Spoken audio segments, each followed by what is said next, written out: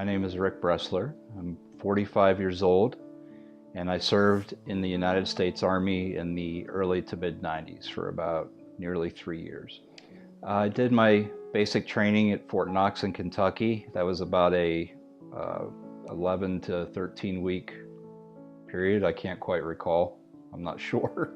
Basic training graduation, we had the opportunity for Family Day, and that's when my grandparents, along with my girlfriend, now wife, came down to see me, and it was the first time I saw anybody in months. And I remember coming around the corner, and I saw my grandfather for the first time, who was an admirable man. Just the epitome to me of what a good, decent person should be.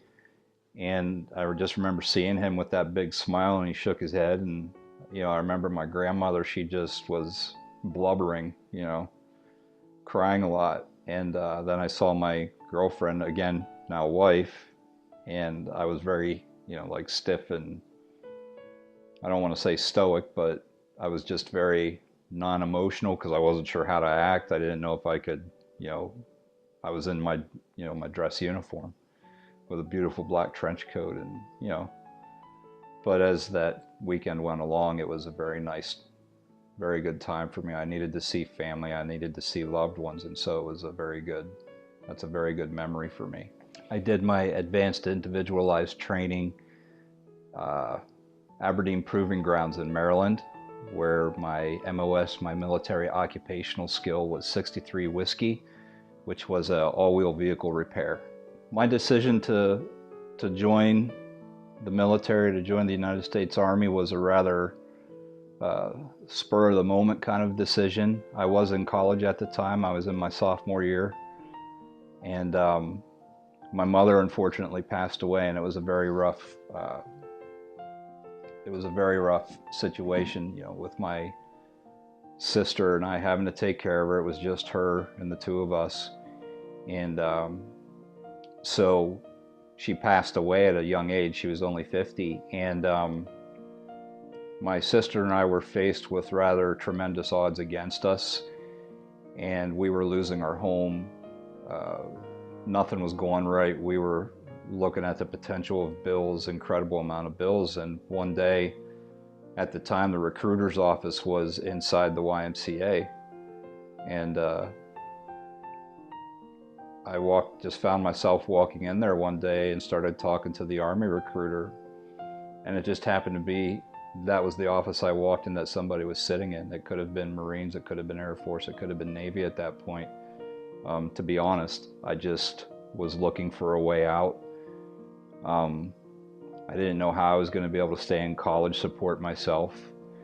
So I found myself talking to the Army recruiter, and of course I got to see all the awesome videos of tanks blowing things up, shooting guns, all the stuff that attracts a young man.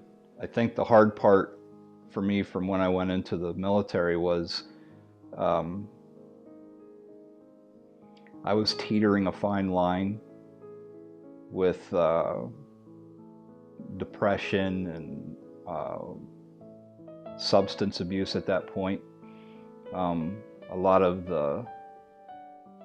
A lot of everything that was going on at home affected me greatly, and it just bled into my everyday life. And so I was already, I guess the best way to say it is, I was dancing with the devil at that point. Eventually, while I was at Fort Bragg, in the motor pool, the one day I got hurt, and I hurt my back pretty badly, and didn't realize the extent of the damage at the time. I'm paying for it now, but at the time, didn't really know for sure what happened. And the answer a lot of times used to be, here's a prescription for pain pills, and I can't remember if it was codeine, OxyContin, something along those lines, though, a pretty potent narcotic. I got to a point where I started crushing them and pouring them in my beer. Crushing my pills in a drink was bad enough. I decided to go ahead and add smoking hash along with it. And it got escalated pretty quickly. A lot of the times the hash we would get would be laced with something, whether it was PCP or LSD or God only knows. I couldn't even tell you what I smoked half the time. I didn't care. I was on absolute self-destruct mode by that point. People would go to sick call for me, and I would pay them for they would go and say they had a pain or whatever, and they would get their medication and they would sell it to me. I would never have money, because of buying all these drugs all the time. I didn't care about food. I didn't care about anything. And it got to a point that when I would run out of money, I would do whatever I had to do to get more. So I stole from people. I took advantage of people that cared about me. I took advantage of friends. I took advantage of family. I did a lot of horrible things that to this day haunt me. We're talking over 20 years ago now, and to this very day it still haunts me. I knew I was doing things that weren't right, but I didn't care. And I just wanted to get to that place where I couldn't feel anything, where I couldn't respond, I couldn't be angry, I couldn't be sad.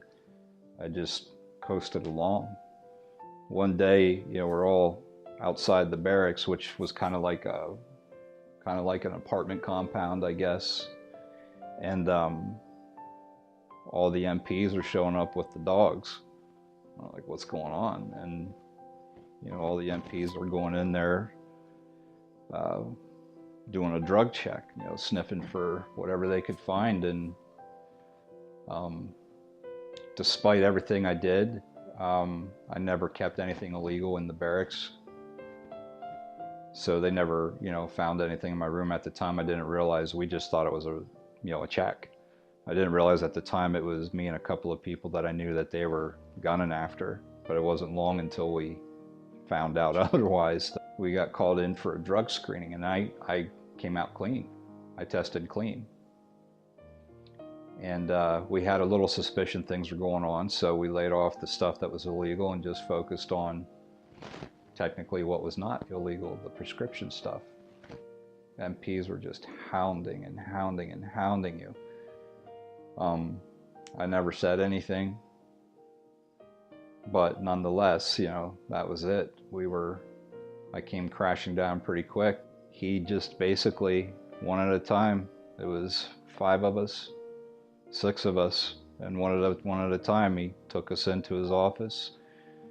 And I had to stand there with my first sergeant and the company commander, me in the middle of them. And I took about a half-hour lecture about how I was the cancer of the Army. I was a disgrace. I wasn't a real man. And he, even said to me, if you had a problem, why didn't you ask for help? Why didn't you ask for help? And I didn't ask for help because, number one, I wasn't ready to, I don't think. But number two, in those days, we saw what happened to people who asked for help. They got sent home. We're standing there in the office. I got served an Article 15, which is basically a fine. It's the military's version of a fine. I got my rank ripped off of my shoulder, off of my collars. I was downgraded all the way down to an E1, which is the very bottom scraper. Took a massive pay cut. I lost pay for a month. And I had to do extra duty for 30 days. And in the midst of all that, everybody else in our company was told to stay away from us. It was easier for them to just cut me out and get rid of me and throw me to the side. They never offered therapy. They never offered counseling. They never offered me everything that I needed at that time. I have very little memory of my time while I was there. The service gave me a great opportunity to see a lot of things. That is one of the upsides to it.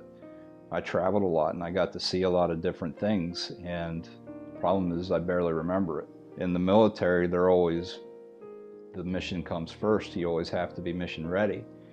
And I think my issue with that is I understand having to be mission ready, and I understand that circumstance, but Um, mission ready isn't just being physically fit to me. I think the military needs to rethink that a little bit. They need to have a more holistic approach. I wasn't mentally ready and I wasn't spiritually ready. I was just a broken man, a broken young man. And I was in no shape to be playing with weapons like that, to be training. Um, I wasn't a bad soldier. I was a good soldier, but I wasn't a great soldier. I think it was September of that year that I finally broke down, and my sister took care of me for a few weeks while I detoxed. And after that, it got to a point, she had a little baby at the time, or a toddler, and couldn't take care of me forever. And so that's when my father and stepmother stepped in, and they took me under their wing, helped me get assistance. And then it was time for me to go to counseling and start figuring out what to do to help me start getting better.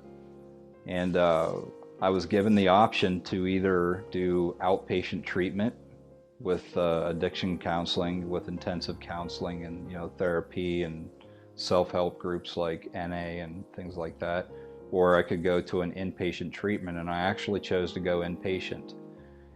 And that was about a 30-day process that I was in there, and it was eye-opening. The one thing, thank God, I never did. I never stuck a needle in my arm, and thank God that opportunity never got presented to me, because otherwise I probably would have.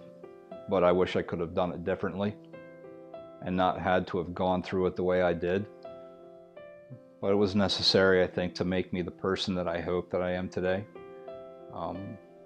My life's a blessing today, so I don't regret it. But it gave me a good understanding of a lot of different things. And here I am in my mid-40s now. I'm back in school, and I'll have my bachelor in social work next year, where hopefully that I can help other people that maybe have similar problems that I did, that hopefully stop them from hitting that brick wall like I did, where everything just comes crashing down on you. And I think today the military is different about how they help people with problems, mentally and substance abuse wise. Definitely a lot better than when I was in, but I still believe it's something that's overlooked. So if me talking about my experience helps one person and makes them say, wait a minute, I need to rethink what I'm doing, then I'm glad I'm talking about it. Today I do a work study program where I live. I work at a VFW sponsored Veterans Benefit Center, where I get to help veterans, process claims, for medical compensation, whether that or if they have to do records corrections.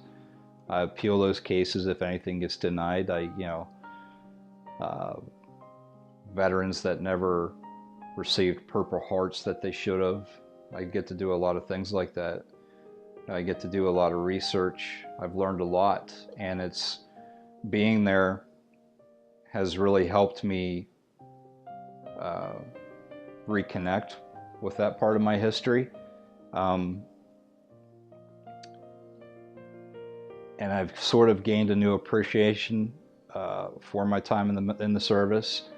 Again, I don't want to say that my story should be taken as being down on the Army and how they handled me. But I hope somebody, if there's anybody watching this, that they understand that there is a better way than crushing pills into a drink, or smoking a bowl, or snorting something and not even knowing what you're smoking half the time. There are better ways to conquer your depression. There are better ways to cope with addiction. And there's always somebody out there that's willing to help. You just have to find them. And sometimes they find you and you don't even know it. So, yeah.